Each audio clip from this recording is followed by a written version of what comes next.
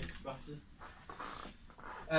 Du coup, aujourd'hui je vais vous parler de tests unitaires et notamment un truc sympa qui est le @spybean. Alors c'est en Spring, mais le concept de spy, d'espion, c'est en général sur les tests unitaires. Et à mon avis, ça peut être porté sur n'importe quel langage. Le use case, alors déjà, en gros, ça part d'une question que j'ai eue récemment qui est sur Stack Overflow ici, où il y a un peu tout ce que je vais dérouler. Et le use case, c'est j'ai un contrôleur. Alors un contrôleur en Spring, c'est un truc qui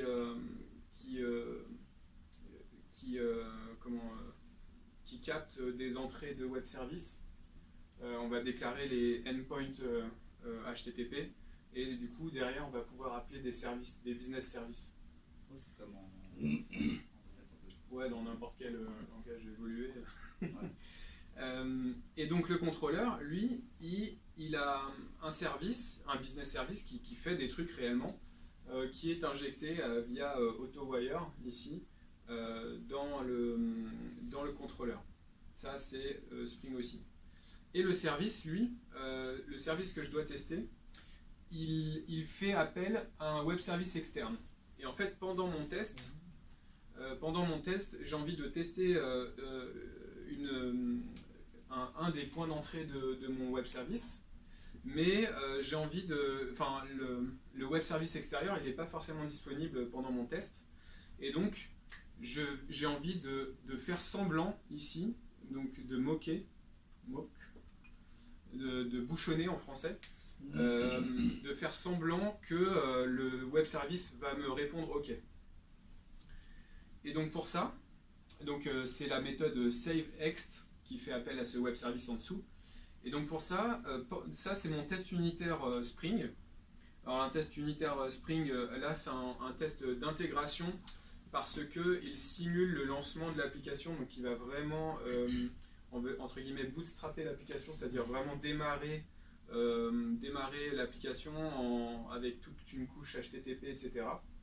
Et les tests unitaires, ils se font avec un client HTTP qui va faire appel à mon URL interne pour pouvoir tester l'appel de mon web service.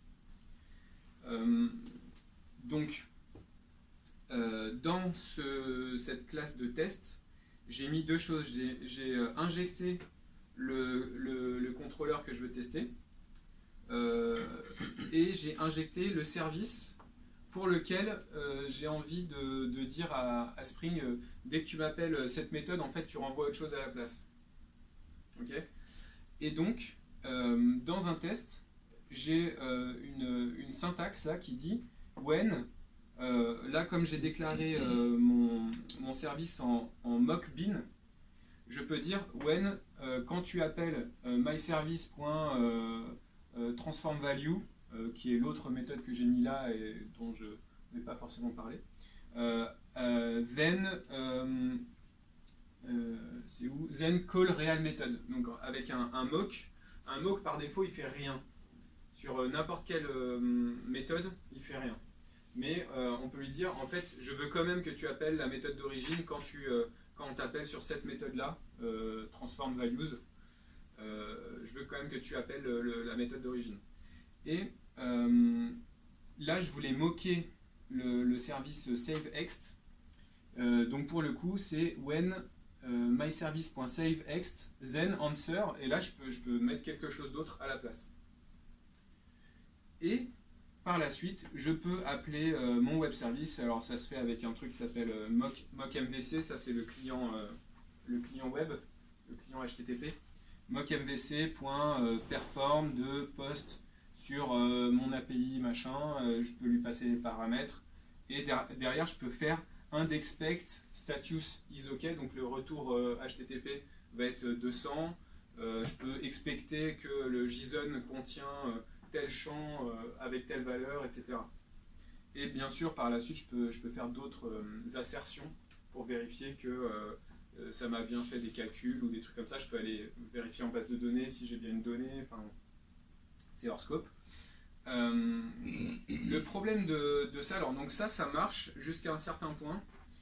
En l'occurrence, moi j'avais un truc ici dans le service un @value. @value avec Spring, c'est quelque chose qui permet de récupérer un paramètre de l'application. Typiquement, par exemple, l'URL d'accès à la base de données ou des trucs comme ça, qu'on définit dans un application.properties. Application.properties. Ok, donc ça c'est injecté par Spring dans la valeur du champ. C'est un champ en dessous qu'il y a dans @value.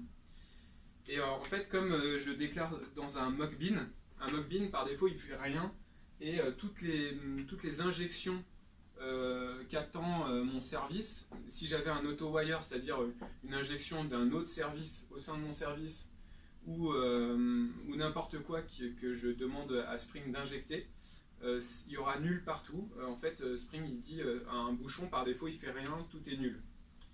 Et donc il y a un truc que j'ai découvert qui est vraiment pas mal, c'est à la place de faire un mock bin, on fait un spy bin. Spy bin.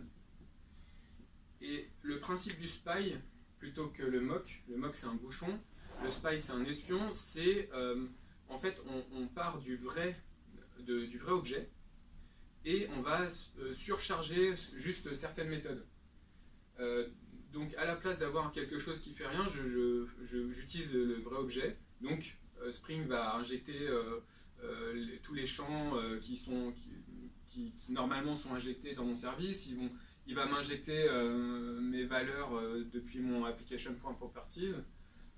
Tout va se dérouler correctement et je vais pouvoir quand même moquer mon appel juste à saveExt. Donc au lieu de faire quand tu appelles transform value, en fait tu appelles la vraie méthode, celle-là j'ai pas besoin de le faire parce que c'est par défaut, tout est appelé tel quel, et par contre j'ai juste besoin de spécifier quand je veux sortir du cas normal d'exécution de mon service.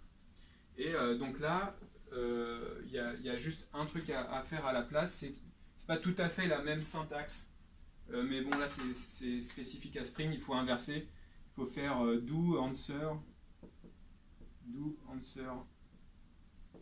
quelque chose point when myservice point saveExt. Donc faut inverser en fait, il faut dire réponds ça quand tu appelles mon service et point cette méthode là. Si j'avais des paramètres ici, je peux dire any, comme ça, pour dire avec n'importe quel paramètre à l'intérieur. Et donc, grâce à ça, je peux juste moquer mon appel de service externe et quand je fais mon test du web service qui tape sur mon point d'entrée, qui tape sur le service, qui va faire appel à des trucs, par exemple transform value, lui il aura bien le champ que j'ai injecté, saura bien la valeur qu'il y a dans mon application.properties. Voilà. Est-ce qu'il y a des questions?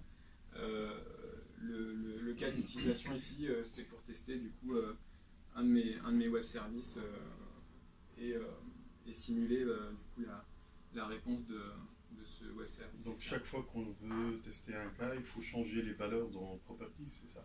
Non, là en l'occurrence, qu'est-ce que je faisais? Je voulais tester que mon web service, en fait dans les méthodes que mon web service appelait, je faisais des trucs en base de données. Et en plus de l'appel, ça appelait d'abord ça, puis en fonction de la réponse de mon web service, ça enregistre des trucs en base de données. Donc au sein du même service, de la même méthode. Donc du coup je simule que le truc répond OK, et à la place il va continuer, il va enregistrer des trucs en base. Donc moi, après avoir fait cet appel de web service, je peux aller vérifier que dans ma base de données j'ai bien enregistré telle donnée, créé telle donnée, voilà. Et le any, il génère comment les valeurs? Alors, any, c'est un truc qui est assez mortel. Any, c'est une méthode statique que tu peux mettre justement à chaque fois que tu attends des paramètres. Quand tu bouchonnes, quand tu dis comporte-toi de telle manière quand tu appelles telle méthode, c'est pour Any, c'est pour mettre à la place des appels ici. Alors c'est assez perturbant parce que Any, clac clac, c'est assez perturbant parce qu'on a l'impression d'appeler la méthode du service là, mais en fait c'est un truc un peu magique qui va enregistrer qu'à la place de l'appel tu vas faire quelque chose. Et donc quand ta méthode attend une string ou n'importe quoi, il faut que tu lui dises soit directement que tu vas l'appeler avec cette string là, donc tu vas vérifier en fait que ton code appelle ton service avec ce paramètre là. Mais si tu ne connais pas forcément le paramètre que va appeler, tu peux mettre any, auquel cas le Mockito, c'est la bibliothèque de Mocking, ne va pas péter une exception parce qu'il accepte n'importe quel paramètre en entrée. Et tu peux même faire un truc grâce à cette déclaration-là. Moi, ce que j'ai fait après l'appel de mon web service, je peux vérifier si ma méthode a été appelée.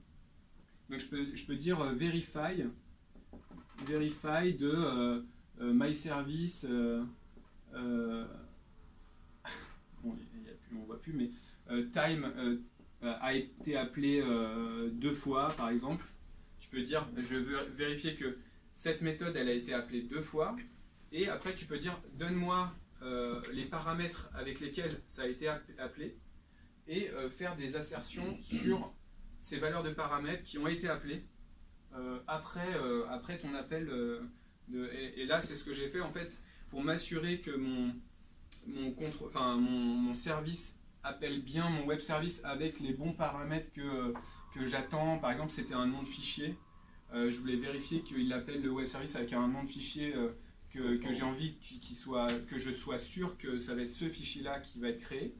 Donc, je vais vérifier que l'appel s'est fait au moins une fois et que lors de cet appel, j'ai bien eu cette valeur de paramètre.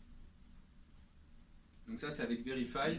Et pour capturer justement quand j'ai mis any, pour récupérer les paramètres qu'il y a eu à la place de any, c'est un truc qui s'appelle argument de capture qu'il faut faire. Et après, ce argument de capture, il permet d'obtenir les valeurs qu'il y a eu lors de l'appel.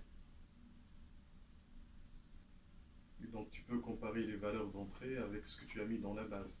Par exemple, ou si là je voulais m'assurer que ce soit un nom de fichier formaté d'une telle manière, je lui passe une regexp dessus pour m'assurer que ça matche bien ce que j'attends que ça fasse pour faire l'appel externe. Voilà, ce genre de choses. Tu peux tester aussi un cas à la con, ça a sûrement fail bien avant, mais sur le paramètre que le service il va prendre, ça va être un nom de fichier, puis je sais pas, tu mets un truc qui n'est pas compatible, tu peux tester le fait que ça foire bien quand on voit un input qui est... Ouais, bien sûr. Par exemple, voilà, c'est plus du test unitaire plus général, mais tu peux dire que ta méthode de test attend que ça throws une exception. Ouais. Ou alors que quand tu postes sur ton HTTP là, tu peux dire un expect status point is bad request par exemple. 400 bad request ou voilà, tu peux tester la réponse HTTP, le code de réponse HTTP de ton truc, et par la suite peut-être que malgré tout tu fais des insertions en base, et ben tu peux quand même aller continuer ton test. Voilà.